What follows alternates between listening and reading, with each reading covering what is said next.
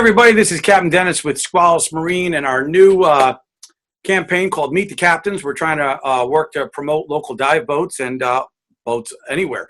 So today we've got Captain Bobby Edwards and Renati, and we are talking with them about their vessel, the Atlantis, and they're out of it's Morehead City, right? Morehead City, Atlantic Beach area. Fair enough. Okay. What can you tell us a little bit about yourselves and your boat off the bat? Okay. So we are literally two people and a boat. We run a 6-pack charter boat that does primarily diving and a little bit of fishing out of the Boca Inlet area of North Carolina.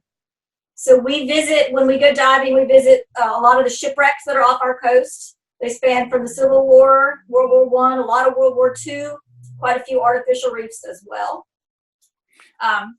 We have a 6-pack boat, but it's 46 feet long, so it's very comfortable. Passengers are able to relax and spread out and really make themselves at home when they're on board. And you guys are both certified divers, and are you guys instructors? I am a former instructor, and Bobby is a, what's your level?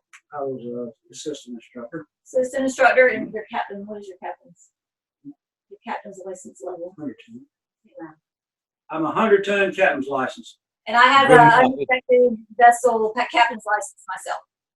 Okay. And how long have you guys been operating?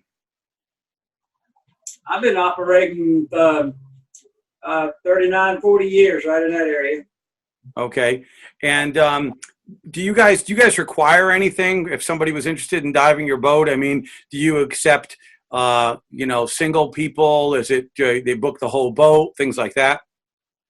We generally have groups that book us, and most of those groups have a group leader, although we do have kind of walk-on trips where people join in as singles or doubles.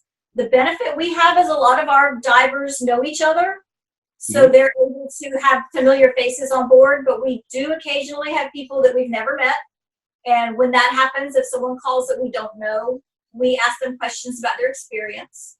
We do always, everyone does, require certification. Advanced level divers are preferred because of the nature of North Carolina diving. But if someone has a lot of experience, but not a lot of certifications, that weighs more heavily than someone with a stack of sea cards that's only been diving 20 times. Now, when you say, that it's kind of required for the North Carolina diving, what do you mean by that? Like, what are some of the challenges that somebody would encounter? We have a longer boat ride. It could be 90 minutes to the dive site. The average depth between inshore and offshore is about 100 feet. It can be challenging with weather because it's all unpredictable. You could have some waves, you could have some current. It could spring up throughout the day that there's a thunderstorm and it makes it a little choppy. So a little bit more of an advanced diver is recommended. Okay. What are some of the wrecks that you guys go to? Any like popular names for some of the go-to wrecks, like the marquee ones that you normally go to? The submarine, U-352, German submarine. Aeolus is generally a good wreck, which is an artificial reef. Papoose, which was a tanker, World War II. The NACO, which is a tanker, World War II. And Kurs, which is a German cruiser that was sunk in 1918. 1918. And what's the wreck down there that's got all the sand tigers on it normally? It's up to you. Yeah, there's a lot of them that do. Yeah. But, the Caribbean Sea is the most likely, and the Atlas tanker. Yeah, that's the one I was thinking. And the Papoose. And the Spar and the Papoose. Yep. What would you guys say to a diver who's kind of on the fence about going on a charter boat? I mean, what can you say to somebody who, like, if you were just sitting with somebody and they were like, I don't know how I feel about a charter boat. What are some of the things that you would say that would, basically, convince them to say, one of the reasons why a charter boat would be good for a good experience? You mean as opposed to what kind of diving? There's a lot of people who are apprehensive about boats. So, some people are maybe doing shore dives a lot, and they're kind of a little concerned or apprehension about going out in the ocean. Okay. So I'm just kind of, In this area, there's a lot of availability of inshore afternoon charters. We Mhm. don't do them so much, but the dive shops will take newer divers to boat diving out to some of the inshore wrecks on afternoon trips. okay. They also, there's availability of dive guides if you want someone that's familiar with the area that can lead you around to make sure you don't get lost and also make sure you see some of the cool stuff there is to see. And it's a shorter distance, so the getting used to a boat is not as much of a day-long commitment if you do a half-day charter. Right. So you guys do primarily 100-foot and higher, or shallower or deeper. They range from 50 foot to generally 120.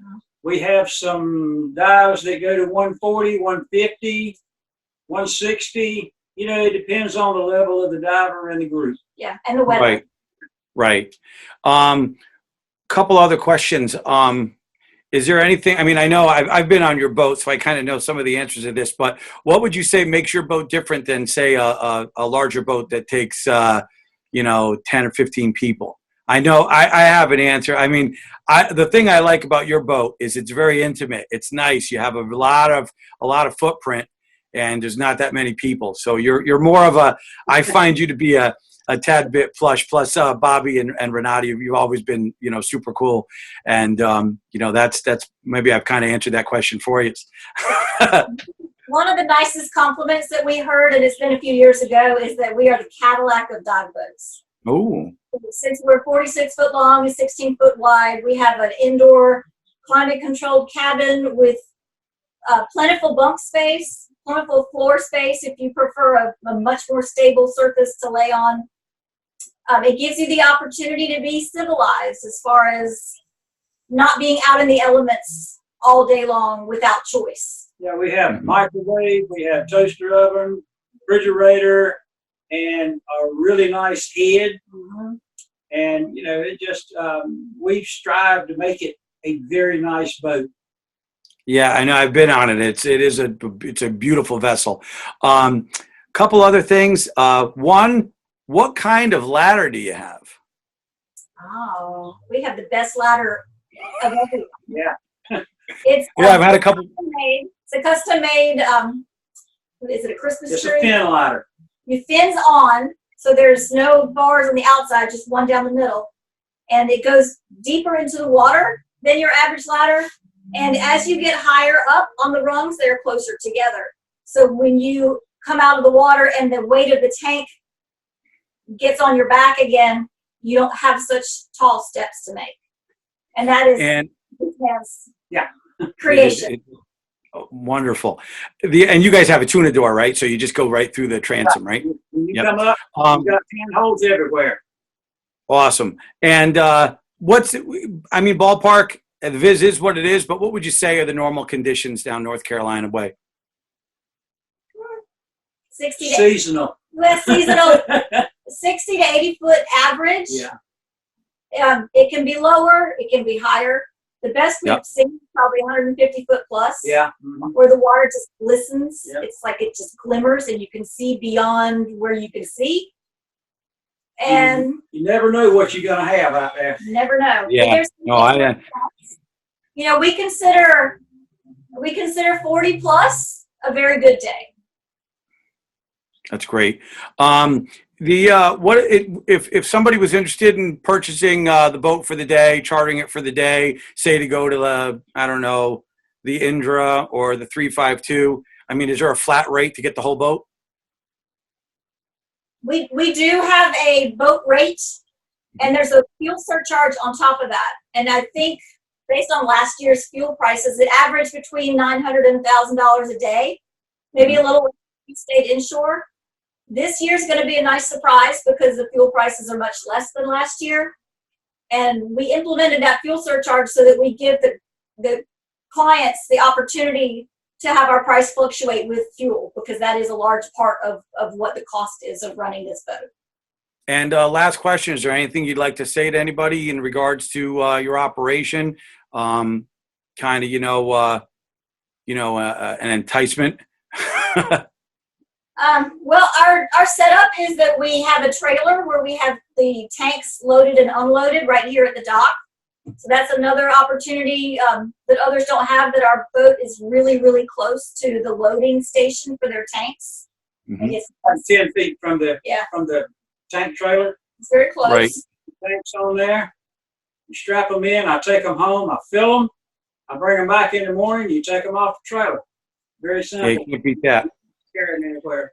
Yeah, and And- we've had a very long-standing reputation for safety consciousness, mechanically as well as diving. This man can fix just about anything that happens out at sea, and knowing that is a nice, warm, fuzzy feeling when you go out and with a piece of chewing gum and a hammer, you can probably get back. There's also a North Carolina reputation that all the dive boats have a very good relationship with each other. That's So great. If anything happens, you call another dive boat and they are instantly by your side. So everyone's looking out for everyone, no matter what the situation. And I think that's a real strength of North Carolina. So if somebody that sees this program can't get on our boat and they get on another one, the North Carolina family is really tight. Yeah, it is. That's great. We're all good friends. Say it again. We're all good friends. That's awesome. That's great. The other question is, what's the best way for people to get a hold of you? Is it by phone, by email, through the website? They can start out at our website. It's atlantischarters.net. And there's an email address there, but our email is atlantis@atlantischarters.net. We are also on Facebook, Atlantis Space Charters, so it's 2 words, and Facebook Messenger is another opportunity to make contact. All right, yeah, and we're going to have everything linked in, just so that everybody could just push the button. But I'd like to thank you for taking some time out of your Saturday evening to sit and talk with us. And, if there's anything I can do to help you out, feel free to reach out. You guys are great folks. And thanks for interviewing with us. Have a great night. Sometime. Yeah, come see us. I plan on it. See you later, guys. Okay. Bye.